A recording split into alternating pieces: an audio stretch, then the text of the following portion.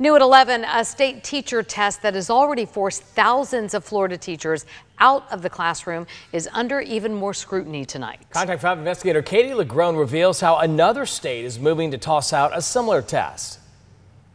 We've now learned a surge of failures on a state teacher licensing exam recently forced the state of North Carolina to take a closer look at its test. And what they found not only didn't fly, but now it has Florida lawmakers wondering if the same problem is causing the rise in failures here.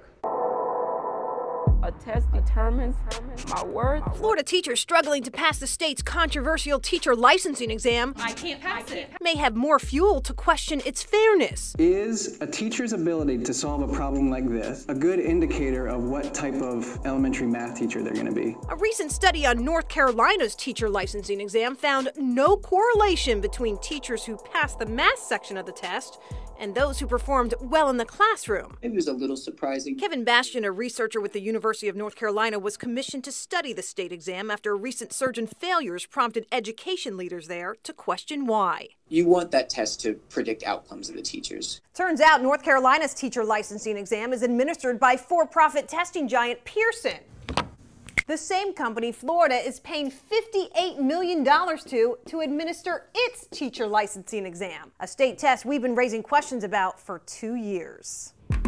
Since the test was revised in 2015, we found a surprising surge in failures, causing statewide fallout. This summer alone, we discovered more than 1,000 Florida teachers were fired for failing the test. When you have a number of 1,000 teachers who cannot return to the classroom to teach because of a test, that's a problem. It's become a statewide crisis. Florida lawmakers on both sides of the aisle, I think that it's critical that we get this done, are committed to now changing. Representative Byron Donalds leads a state education committee and says updating Florida's exam is a top priority, from lowering its fees to reevaluating what's on it. If you're going to be teaching mathematics, in all honesty, does your passage on the English language arts portion make sense if you're never going to teach English language arts in the classroom?